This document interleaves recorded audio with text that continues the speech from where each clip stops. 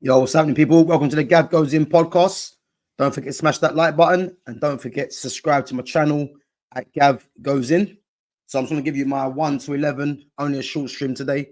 My Man United 1 to 11. I think, I'm hoping, shall I say, that's going to be played this season.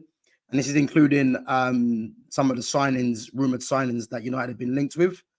So for me, obviously an easy one in goal, Andre Onana. For me, big season for Onana. We all know that obviously Onana with the ball at his feet is very comfortable, left and right foot. His distribution for me needs to be slightly improved, whether he's been told to play slightly longer at times, or maybe it might be a case of having the trust in the defense, which I don't think he solely has. I think for me, as a defender, as a goalkeeper, the ball at his feet, as a ball-playing goalkeeper, I think he's probably arguably the best in the world. I think you might look at Marc-Andre ter Stegen, and possibly Ederson, that might have something to say in that respect. But for sure, Andre Onana, for me, it's going to be a big season for him. I think United will be looking for him to be a leader as well at the back, in comparison to, we got obviously Lenny Yoro is obviously injured at the moment, but I think Onana will be like a commanding presence at the back there, and his leadership is going to be key. So for me, yeah, an easy one in goal. Right back again, for me, another easy one. Someone I rate very highly, and I think when he first came to the club, there was a lot of, people weren't too sure about him. But I always believed that the quality that he had, and bearing in mind, he did play as a left back when he come from Porto. But I always looked at this player and I thought, you know what? He's going to be good. He's going to be a right back for the foreseeable for Man United. And he's just gone from strength to strength. And that's obviously Diogo Dalot, should I say. For me, one of the most improved players at Man United. You can see Dalot's confidence has grown. His leadership has grown as well. And I think in terms of right backs in the league, he's definitely one of the best right backs in the league. I think in terms of defending and attacking, I think you're probably only looking at, realistically, a fit Reece James. You can kind of talk to Dalot in that respect of both attacking and defending, And again, I think Dalot's primed for another big season. I think if he can get a relationship with Amad Diallo, which I've just kind of given you the clue as to the 1 to 11, but if he can get like a nice little relationship on that right hand side with Amad Diallo, as obviously Dalot being the overlapping fullback, being able to at times invert into midfield as well. I think that's going to work well for United. And Dalot is that good. He can do the inverted and he can do, obviously, being the overlapping fullback as well. He's that comfortable on the ball. So, yeah, Dalot for me, certainty at right back. I think United do need to bring in cover in that position. Obviously, they've been linked with Mazraoui, who can fill out there, who can play left and right back. Obviously, there was links with Jeremy Frimpong. Frimpong's more of a right wing back, but can play right back. If United wanted to change the formation to a 3 at the back, they could play Frimpong as the right wing back. I think he's got a release clause as well, which I believe might have expired now. But I still think that United will need to get cover because Aaron Wan-Bissaka looks like he might be on his way. Obviously, there's been links with West Ham for 18 million, but I think he's looking for United to pay him off if they want to move him on. Which, to be fair, he has every right to do. United gave him that stupid contract and bought him for 50 million. So Wan-Bissaka is well within his rights to stay where he is. And if United do desperately want to move him on, then they've got to try and work something out. But for sure, cover is going to be needed for Dalot at right back. Centre backs for me, obviously Lenny Yoro will be missing for 3 months. Obviously, just had a successful surgery. I think obviously getting another defender in is essential. Obviously, there's been links to Matthias de Ligt. There was links, obviously, to Jared Brantford as well. But I'm surprised there hasn't been really more stronger links with anyone else. So it looks like de Ligt obviously is the preferred option, for that right-hand side of the defence, especially with Euro being injured. United obviously would have liked to get de Ligt in still, who they could try and see if they could play him both sides, or even at worst case scenario, play three at the back. But due to Euro's injury, another centre-back is essential. As I said, hasn't been too many links with other players other than de Ligt. The Brantford deal obviously is dead in the water because Everton are asking for too much. So, I mean, obviously, it would have been Lenny Yoro, right side of the defence. So it looks like if de Ligt does not come in, who are United going to go for? Because as I said, there hasn't been any more links to that position. So for me, it would have been Euro. But if we say de Ligt, who's the strongest link at the moment, we'll just put him in there. And then left side of the defence, obviously will be Lisandro Martinez. Again, Martinez needs to stay fit. I think as a left sided centre back, obviously, as we know, left footers are quite rare for centre backs in the game. But I think Lisandro, when he's fit, is an integral part for United at the back there. Obviously, being a ball player as well. But yeah, his main thing is staying fit and just being able to command the defense as well. Obviously, as we know, isn't the biggest of centre backs, but has a good leap. And if he's next to a dominant centre back next to him that is good in the air, then obviously Lisandro can play his game. I think in terms of pushing the line up, the high line, obviously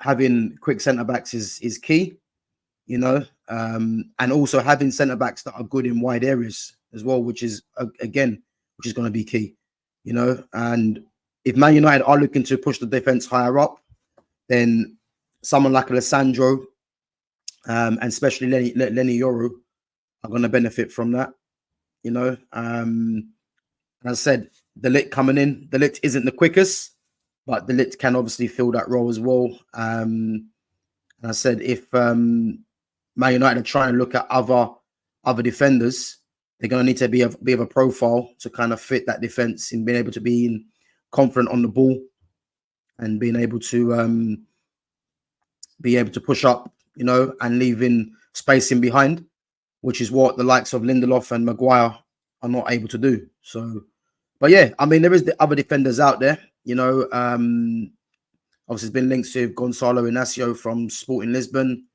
I like Yoro Hato from Ajax, but again, he's a young defender. So whether United go and get a 17-year-old and they just bought an 18-year-old in Lenny Yoro, it's very unlikely. I would like Mark Guehi, to be fair, but Guehi looks like he's going to Newcastle. But Mark Guehi, for me, obviously his most recent Euros showed what a defender he is. Comfortable on the ball, quick, strong in the tackle. Everything a defender needs, really. He's good in the air as well, But obviously it's like Newcastle kind of stole the march on that one. So yeah, I mean, in terms of defenders, you're looking at Lisandro and Euro as starting. Euro's got the injury. So at the moment, for what United have been linked with, looks like de Ligt. I'm kind of hoping United kind of surprise us and come in with someone that that hasn't been linked. I'm trying to think. I like Usman Diamande from Sporting Lisbon, but again, because United have spent big on 18-year-old Lenny Yoro, who's now injured, will they be going for another youngster at the back? And then if you're looking at experienced defenders, you have to look at, are they gettable? I mean, my dream centre-back really would be Ronald Arroyo from Barcelona, who I think is one of the best centre-backs in the world. But Barca are not letting him go, so it's pretty pointless talking about that one. And again, you're struggling. There's not really too many about. There's been links with Antonio Silva from Benfica, but I don't really want Antonio Silva. I think because Lenny Yoro's there, and I know obviously he's injured, I think if United go for a defender of the profile and the age of another Lenny Yoro, they have to be one of the best up and coming defenders, you know. And again, this is where United are going to struggle because there's not too many defenders of the level that are probably mid-20s is what Man United need out there, really, that are available, you know, which is why someone like Matthias de Ligt has been sought after because he's experienced at a young age and he's looking to leave Bayern Munich. So yeah, but I would start Lenny Yoro and Martinez. Obviously, Yoro being not fit remains to be seen. And then at left back, obviously we got Tyrell Malacia, who's been missing for what I believe almost 18 months, which is mad. Obviously they're saying that he could be back back with a football. I think it might be in 2 months' time, which is it's good for him now to finally be back. But don't know how he's going to recover. You know, I do think Malacia is good. I do think he's got a lot to offer, but we have to hold fire on that one. And then you've got Luke Shaw, who's injury prone, and for me, Luke Shaw does need to be moved on. But again, moving Luke Shaw on is going to be difficult with his wages, you know. So the left back is a problem position because there hasn't really been any links with an actual left back. You know, I like Kadioglu, but I like left-footed left backs personally. And if Kadioglu was going to come in and be like, you know, someone that they can play both sides, that'd be a great signing. And then if they still go and get a left back, again, that would be good.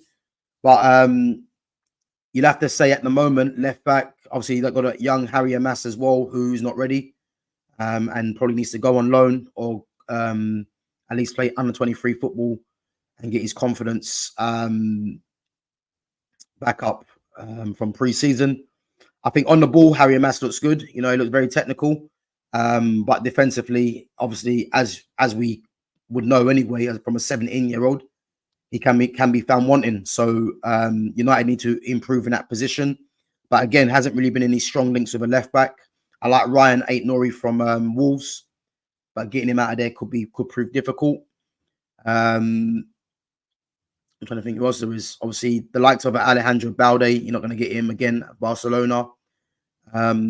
Alphonso Davies, you know what? I don't know why United haven't really inquired about Davies. Unless Davies has said he's got his heart set on going to Real Madrid because he's in his last year of his contract, I think. I don't know why United just don't put in a bid in for Alphonso Davies and test Bayern Munich's resolve, you know, because it looks like he's going to be leaving them. And unless he's told them that he's only going to Real Madrid, then again, you kind of understand that. But why United haven't kind of tested Bayern Munich with a bid, because they've been in talks with De Ligt and Mazraoui, is crazy, to be honest. So I think United should at least put a bid in for Davies. And for me, Davies isn't the greatest of defensive fullbacks, but in terms of his prowess going forward, you know, I think that could be crucial for United and add like another dimension to them. Because having Dalot and Alphonso Davies as your two fullbacks, again, that'll be mad. So again, I'm not sure why United haven't been linked with Davies. You know, I think he'll be the ideal profile in a team like this. And again, as I said, he'll add like another dimension to that left-hand side as an overlapping fullback as well. But I think at the moment, again, there's not many options. So you're probably looking at Luke Shaw to play at left back. And then going into the midfield, again, so I'm going to play I think a 4-3-3 I'm looking at. I'm not going to go with the 4-2-3-1 because playing a number 10, the number 10 that I want Man United to sign, obviously hasn't been in the links. So I think United need to play a 4-3-3 and having three players in there again, three ball playing players would work well for me. From the links, obviously there's been Ugarte links, which has been shut down now. Obviously, Youssef Fofana now is the latest link, and to be honest with you, Fofana will be a great signing. You know, he adds strength to the midfield. You know, he's a ball winner as well, and he's fairly decent on the ball as well. And I think United need a player like that. So, and for the money that Monaco would want, I think it's a no-brainer, really. I think he ticks a lot of boxes for Fana. Ugarte, for me, was someone that was more of a ball winner, which for the right price would have been a good option. But the fact that PSG are asking for what they're asking for, you just walk away from that deal because there's other options out there. And I think Youssef Fofana is a great option for Man Utd to get. So from the players at the moment, again, I'd still have Casemiro in there. I think if Casemiro's got legs around him, then it's going to benefit him. So I'd play Casemiro as like the deepest lying defensive midfielder, and then I'd play two either side. So I'd have Kobe Manu on the left, as like a box to box, someone that can dictate the play, someone that will be given the ball in the right areas as well. And then on the right side, again, if United have got signings that they're looking to make, then I will go for someone like a trying to think now. I mean, I want Zubamendi, but Zubamendi again is someone that's has got a release clause at Real Sociedad, and again might be hard to get out of Sociedad at the moment, because again he might have his heart set on going to a Barcelona, a Real Madrid. So you're looking at, again, I don't want to see the likes of Bruno Fernandes or Mason Mount in that team for me personally. I think United need to kind of move on from Bruno Fernandes, and again, Mason Mount for me isn't good enough. So for me, definitely have Casemiro in there still with Kobe Mino on the left, and then for me, I'll have a new signing on that right side of the three. And then just moving forward, again, on the right side for me is very easy. Amad Diallo. I think Amad Diallo is prime for a big season. If you see my stream a couple of days ago, I think Amad, in terms of natural talent, is probably one of the best players in the league in his position for sure. And I think if Amad's given his berth of playing the majority of the games this season, he's given the confidence, I think you're going to see why this guy is so highly rated. So I think there's not much to say on Amad. I'm hoping Amad does play regularly, which I'm pretty sure he will. Again, he's playing for another contract, so he's going to be out there to kind of show what he can do. And again, yeah, I'm looking forward to watching Amad play this season. And then on the left-hand side, again, for me, I want Jadon Sancho to have that left-hand side nailed down. Whether that happens or not remains to be seen. But I think his only competitor on that left-hand side for me is Marcus Rashford. Obviously two different players. Jadon Sancho is a ball player. He likes to link with a front man. Obviously he's more intricate on the ball than what Rashford is. But obviously Rashford offers that pace in behind. And if you've got an Amad, who is a player that likes the ball to feet, and Amad has got pace as well. Some people might say, you need Rashford's pace in behind. I don't believe you need that. I think if you've got players that are comfortable in keeping the ball, and you can wear teams down, the likes of a Rashford with his pace will be good later in the game with tired legs. So for me, I'll start Jadon Sancho on the left-hand side.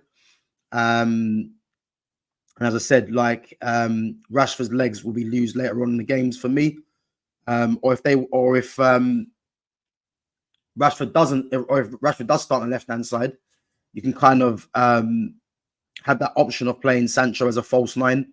And then if he's playing as a false nine, you can use Rashford's pace in behind, and obviously Amad's as well.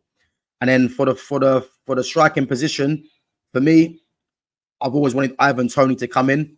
But Ivan Toney looks like that's not happening at the moment. You never know, it could happen later on in the window. But at the moment, for me, it has to be Joshua Zirkzee. I like the signing of Chido Obi Martin as well. That's come in. Obviously, he's only young at 16. And he's someone more for the future. But I think Joshua Zirkzee, with his skill set, obviously can play as a false nine as well as being a target man. But I think his skill set would work well with the options that United have in the attacking positions. So I think for me, yeah, Joshua Zirkzee for me will start through the middle, and then I'd have Sancho on the left for me. So yeah, my team would be Onana in goal, Dalot at right back. Obviously, Lenny Yoro would start at centre back if he was fit. Lisandro Martinez as the left-sided centre back, and then left back you're going to have to go with Luke Shaw at the moment as well, as I said, because there's no other signings that have come through. Obviously, signings could change the lineup. In the midfield, for me, I'll still have Casemiro in there, and I would have Kobe Manu as a left-sided one of the three. And then the right side of the three, for me, people would be saying Bruno Fernandes playing or Mason Mount. For me, the right side is available for the three in midfield. I think if United can get a new signing in that can help to balance out that midfield and help Kobe and Casemiro, that would be ideal. As I said, Youssef Fofana, if he comes in, it's another option there.